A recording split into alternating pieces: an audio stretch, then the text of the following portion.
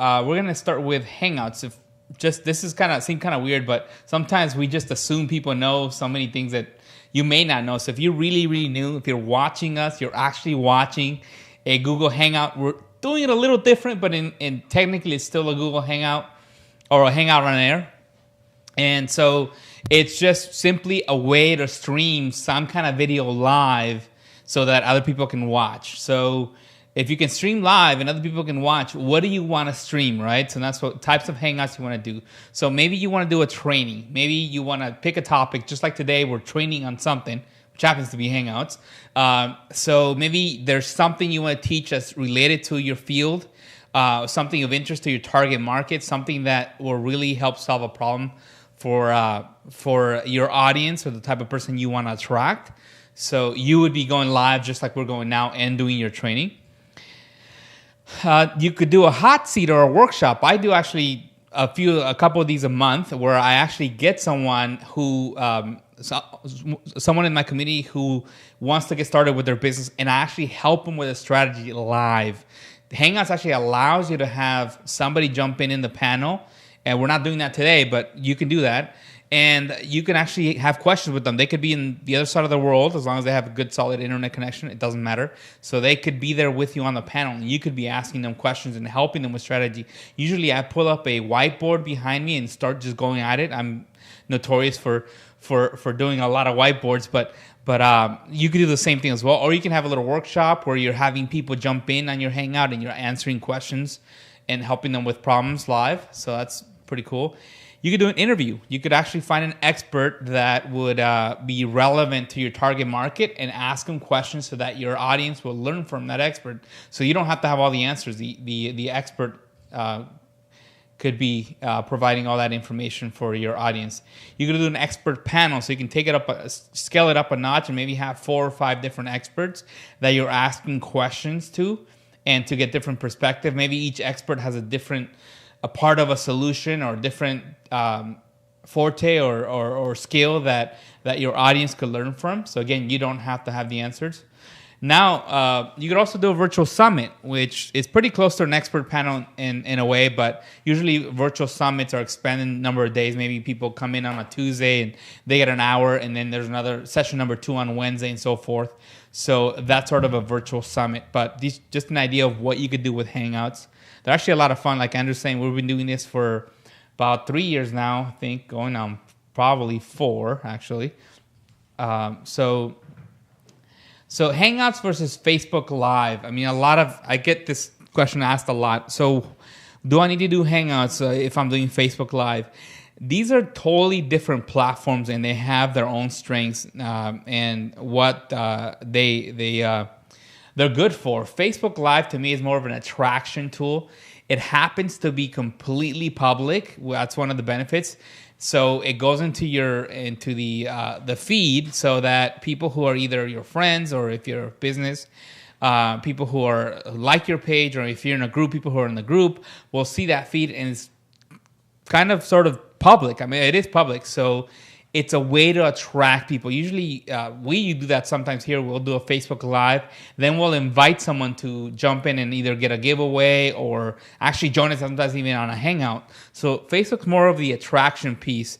And some of the limitations of Facebook Live that Hangouts does allow you to do. So I talked about the benefits of Live, right? It's public. It's on the biggest network. So, I mean, it's really for attraction. But the limitations are, one, for the most part, it doesn't let you do multiple broadcasters. There are some tools out there. I think one of them is called Blue Jeans, and a few other things that will let you do that. But for the most part, unless you're super techie, for the most part, you're not able to do multiple broadcasters. So what that means is you can't have like a guest, like the hot seat that I was talking about. It's hard to have those if you can't have someone from, let's say you're in San Diego, like we are, and someone in New York wants to have a hot seat session with you.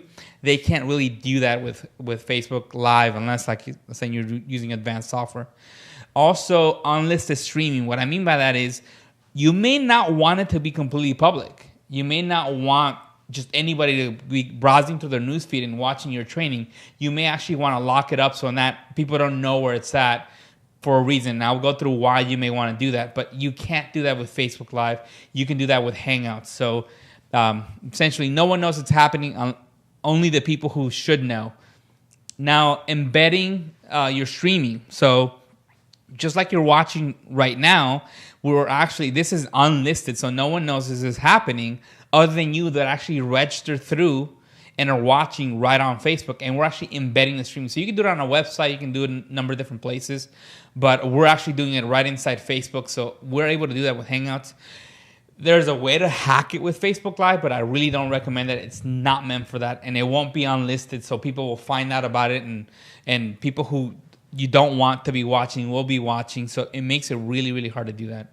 Let me jump in and just say this. Those of you watching right now, they're saying, oh, well, can we embed Facebook Live into a 22 Social app? Let me tell you why that's a very bad idea. Because the way Facebook Live currently is set up, you're going to have people watching natively on the Facebook news feed, right? You've seen Facebook Lives go through your news feed. You click on it, you're watching. They have a built-in commenting stream there. So if you also embed that onto your app and you're expecting people to be on your app where you can do your presentation on your 20 Social app, but they're also watching it on a feed somewhere else, and they're asking, now you have to juggle 2 different comment streams, and the user experience can be really off. So just consider that and understand why we're not teaching that concept, because it's such a powerful platform Facebook Live is on its own. We highly recommend you use it, but it's very different than what we're doing with Hangouts on Air. Hangouts on Air are much more like a webinar registration system is how we use it. Good one. Thank you, Andrew. Thank you, Andrew. So that's just, in a nutshell, the differences between the two platforms. Like I said, they're both great platforms. They just have a different application or different ways of using them based on their strengths. So I talked about I talked about unlisted streaming and being able to embed the streaming somewhere on a website or like we're doing here on Facebook using 20 Social. Why would you want to do that? Why would you want to limit who can watch that? You may think, well, this is crazy. I want everybody in the world to see this because I want to get as many leads as possible, or I want to get as many people buying my software or my product or my training, whatever that I'm selling. So why would I want to restrict it? Well, the reason for it is because you want what we call the value exchange. You want people to give you something in exchange for your training or your hot seat or your virtual summit. What are they giving you in exchange for all that valuable information you're giving them?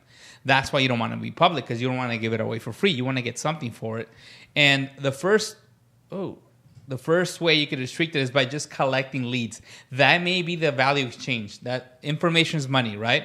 So they may actually just register through, just like you did. If you're watching today for the first time, then you had to register to watch this live. So you essentially gave us your contact information. We got your email. We have you on an email list now in exchange for watching this training. So in a sense, with that, you paid for this training, right? So that's why we didn't want to make it public. That's why Facebook Live didn't make sense, because we wanted that lead. We wanted to ask you to give that up. And now, which is, you don't have a problem doing it because it's well worth it, right? You're getting a lot of value for it. Second is, you may want more than a lead. You may want to charge for that Hangout. So you definitely don't want that available out there for free. So that's really a really good example how Facebook Live really, really doesn't work for this.